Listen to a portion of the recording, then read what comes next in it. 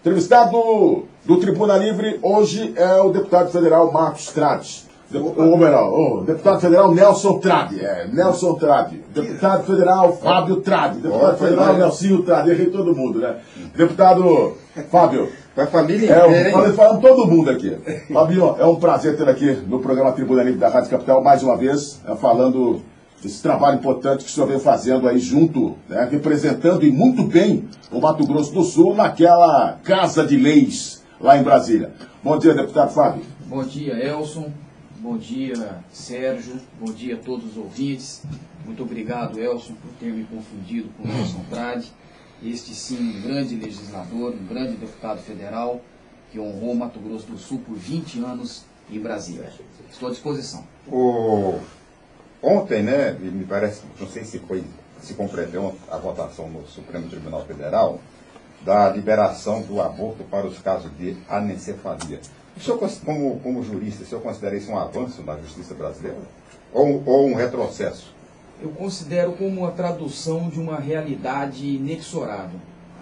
O Supremo Tribunal Federal julgou de acordo com a Constituição e estabeleceu muito claramente que o feto que tem comprovadamente, através de laudos médicos, inviabilidade total para a vida, não pode justificar uma situação de trauma e constrangimento físico e moral à mãe, obrigando, por parte do Estado, a suportar esta gravidez e depois o nascimento para a morte cientificamente atestada daquele feto. De maneira que eu entendo que a maioria do Supremo Tribunal Federal julgou acertadamente. Deputado, é possível, né, que essa decisão do Supremo Tribunal, reabra a discussão em nível de Congresso Nacional na questão do aborto? É possível. O que está acontecendo entre o Supremo Tribunal Federal e o Congresso, a Câmara e o Senado, é, na realidade, um conflito que tem uma dimensão maior do que os simples julgamentos do Supremo e as deliberações legislativas da Câmara e do Senado. É que o ativismo judicial do Supremo Tribunal Federal muitas vezes supre uma suposta omissão do Poder Legislativo em relação às demandas da sociedade. O Poder Legislativo demora muito para legislar e o Supremo Tribunal Federal, que só tem 11, não 513, julga com mais celeridade e, portanto, de certa forma, ocupa a função que deveria ser do Poder Legislativo. Eu já fiz uma ponderação nesse sentido na Câmara dos Deputados, ressaltando que o Poder Legislativo não pode levar tempo mais do que razoável para dar respostas à sociedade.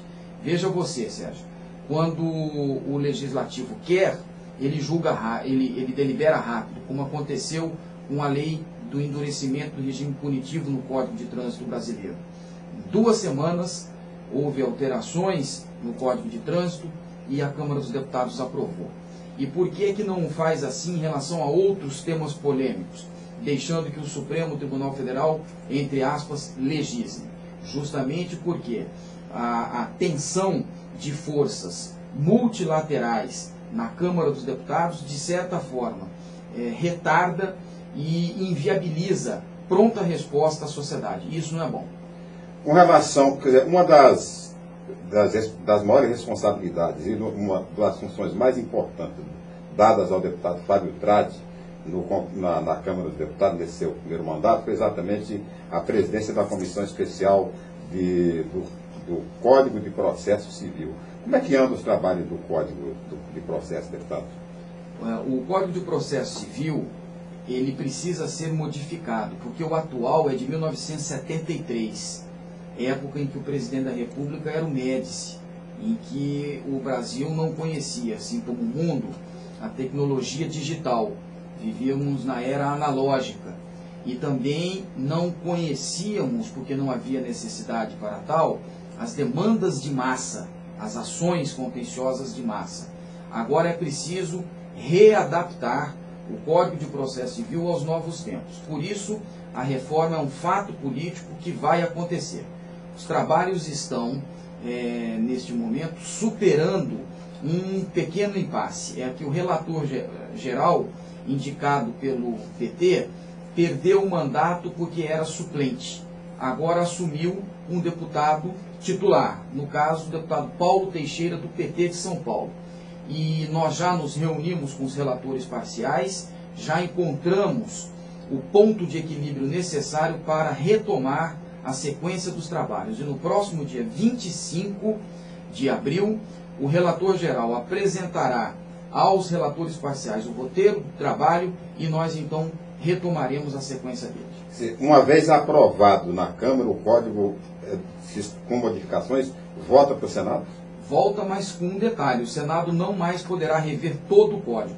Ele se debruçará apenas sobre as modificações, pontualmente. Ele dirá sim ou não às modificações. Portanto, o procedimento é célere. Mas com uma particularidade: o presidente Marcos Maia já deixou muito claro que tem disposição política para votar na Câmara o novo Código de Processo Civil antes das eleições municipais deste ano. Isso é muito bom, porque o Brasil precisa de um novo Código de Processo Civil. Uma outra comissão da qual você faz parte é da crimes na internet. Essa comissão já começou a trabalhar, já começou a produzir? Sim, existem 2 projetos de lei relacionados aos crimes na internet. Um mais amplo, do deputado Eduardo Azeredo, que foi senador e governador de Minas. Muito amplo, Sérgio. Essa amplitude preocupante, porque ela insinua a criminalização da própria opinião, da própria manifestação de pensamento.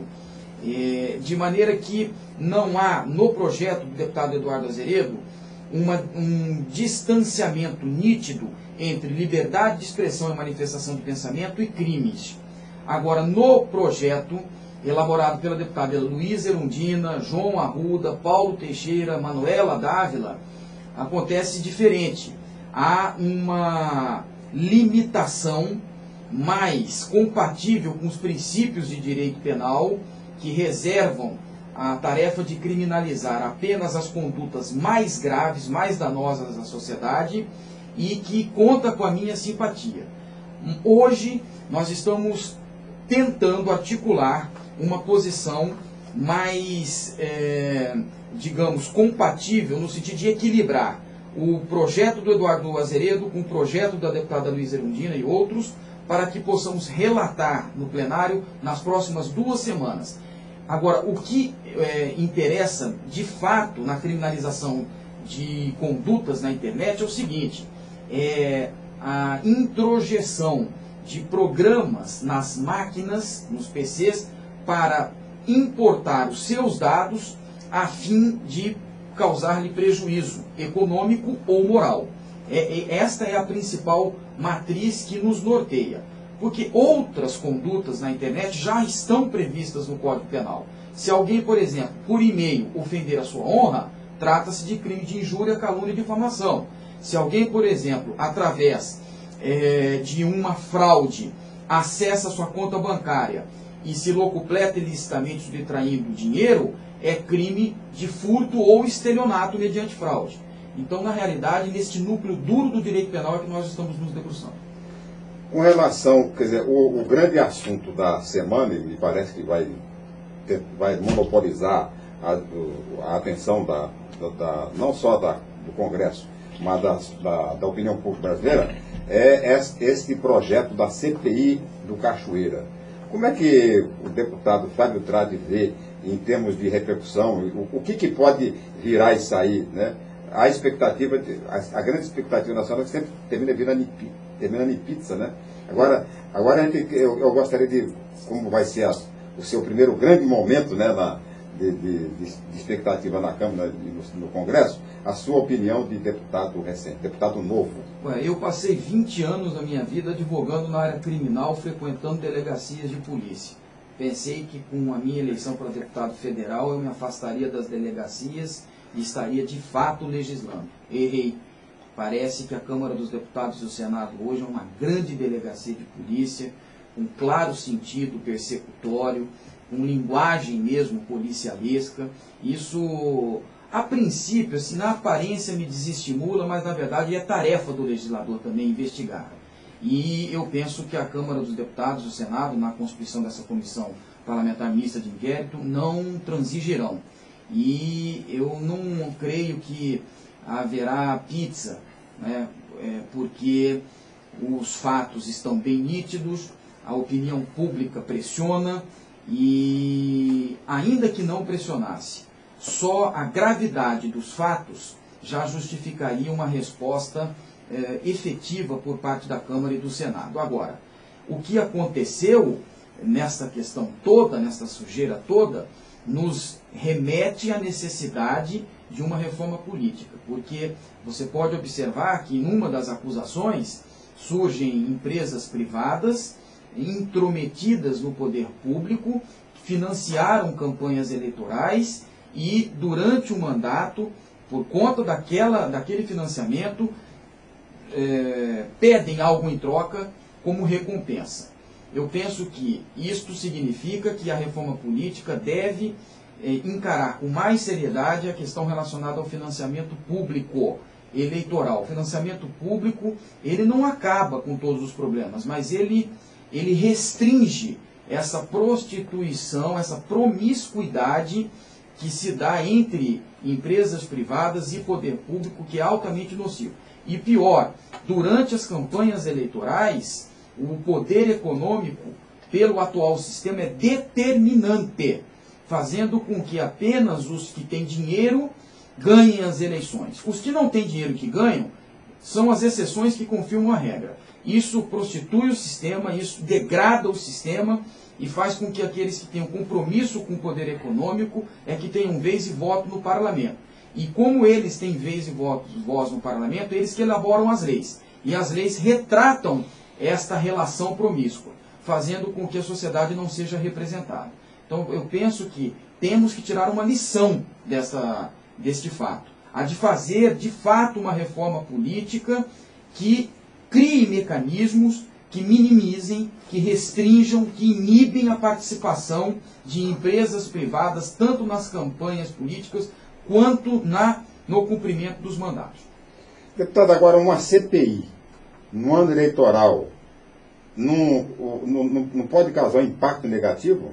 Pode, mas os fatos ocorreram e este preço terá que ser pago pela Câmara e pelo Senado, uma vez que o pior do que pagar este preço é não fazer a CPI, porque aí é prevaricação mesmo. Quer dizer, a sociedade cobra. O senhor tem recebido muito apelo, muita exigência, né, do seu eleitor? Essa pauta ética, ela é muito presente na sociedade, sobretudo nas classes, na classe média, eu observo isso, porque eu não sei se você e os ouvintes compartilham com a minha opinião, mas essa questão ética não sensibiliza alguns segmentos do eleitorado. Né? Você pode observar que existem parlamentares em outros estados da federação que foram inclusive presos, algemados e voltaram com 1.500.000 votos. 1.500.000 votos estão presentes no parlamento. Quer dizer, então não é por falta de conhecimento, não é por falta de informação. É, na realidade, uma insensibilidade patente por parte de segmentos expressivos da população brasileira com relação a essa questão ética. Mas, independentemente dessas contingências eleitorais, o fato é que indícios existem,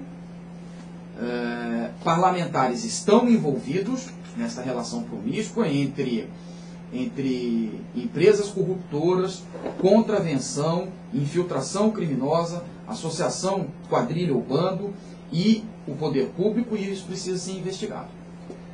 Agora, vindo aqui para Mato Grosso do Sul, a OAB vai passar por uma nova eleição, tal, né? Já todos os candidatos já preparando as suas plataformas, e o grupo do deputado Fábio Tradi, como está para a sucessão na OAB?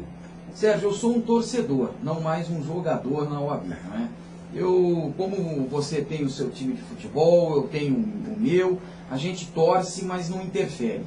Eu represento toda a classe dos advogados, não é? Do Estado. E hoje coordeno a Frente Parlamentar em Defesa da Advocacia Brasileira. Ontem eu estive em Goiânia fazendo uma palestra em defesa da advocacia pública brasileira. De maneira que eu não teria o direito de interferir no processo eleitoral dessa natureza, de natureza corporativa, para preterir alguns colegas advogados em favor de outros. Portanto, eu vou apenas torcer, não interferir, porque estou deputado, mas sou advogado. Com relação ao deputado da sucessão municipal, o Campo Grande é o seu principal reduto eleitoral. Como é que se coloca o deputado Fábio Tradi na sucessão de Campo Grande? Com o PMDB sem restrição? Com o PMDB sem restrição, estando muito atento às articulações para que não haja uma incongruência partidária e programática neste arco de alianças que está na iminência de ser montado para disputar as eleições. Eu penso que durante estes 16 anos, o PMDB com o André e o Nelsinho fez com que Campo Grande se desenvolvesse. É uma cidade hoje com a vocação para uma metrópole bem organizada. Claro que tem problemas, mas os problemas de Campo Grande são menores que os problemas de cidades do mesmo porte. Eu costumo dizer que para apreciar Campo Grande basta visitar São Paulo. 2 dias na capital de São Paulo, você volta para Campo Grande dando graças a Deus que mora nessa cidade. Agora, evidente que temos problemas, isso precisa ser resolvido. Eu entendo que o pré-candidato do PMDB dará conta do recado. Com relação ao seu mandato, a gente tem acompanhado, eu particularmente tenho acompanhado, aliás, eu acompanho o mandato de todos, né, todos os nossos deputados federais, senadores, com muita preocupação. E com muito cuidado, né, porque é a responsabilidade de quem comunica. O seu mandato tem sido um mandato que se diferencia do mandato dos seus colegas, exatamente porque você procura fazer um mandato parlamentar, ao passo que a maioria faz um mandato muito mais ligado à questão de orçamento, à questão financeira, e a possibilidade e a necessidade de trazer dinheiro para a aplicação em Mato Grosso do Sul. Seu mandato tem sido um mandato mais ligado ao parlamento. Como é que você consegue conciliar, né, dar repercussão ao seu mandato sendo deputado federal propriamente dito? De fato, existe realmente esta determinação de minha parte de aprofundar o caráter legislativo da função parlamentar. Eu não recrimino e não entendo que se deva diminuir a atuação daqueles que procuram viabilizar recursos para o seu estado, para os seus municípios, a fim de viabilizar obras. Mas eu penso que se todos os 8 fizessem isso, Mato Grosso do Sul perderia espaço na atividade legislativa, porque da mesma forma que a população quer ver as coisas se transformando através de escolas, de hospitais, a população também sabe que leis boas podem transformar a vida das pessoas. E eu estou nesta perspectiva, como legislador. Então agora estou encarregado de dar os pareceres de 136 projetos que vão alterar a lei de licitações, a lei 8.666, de 1993. Estamos à frente dos crimes na internet. Vamos elaborar todo o projeto através do relatório no plenário da Câmara para criminalizar as condutas mais perigosas na internet. Estamos presidindo uma comissão de reforma do Código de Processo Civil. O Código de Processo Civil disciplina o procedimento de todas as ações não penais no país. Para você ter uma ideia, são 1.007 leis dentro do Código de Processo Civil. E nós estamos presidindo esta comissão. Então, Sérgio, dizer a você, se por um lado a tarefa do deputado é viabilizar recursos, por outro é também legislar. Mas eu devo dizer a você, ano passado, por esforço pessoal, nós conseguimos liberar mais de 2 milhões de recursos para os municípios de Mato Grosso do Sul com emendas do Nelson Trade. Nelson Trade, que deixou o mandato em 2010, eu visitei os ministérios e consegui a liberação desse recurso, de vários municípios. Agora, qual é o foco maior? Sem dúvida alguma, como você disse, é a tarefa de legislar, porque o poder não é viabilizador de recursos, é poder legislativo. Muito obrigado por sua entrevista, deputado, e até a próxima. Muito obrigado, Sérgio, e a todos os queridos ouvintes. Um ótimo final de semana e uma sexta-feira 13 com muita sorte.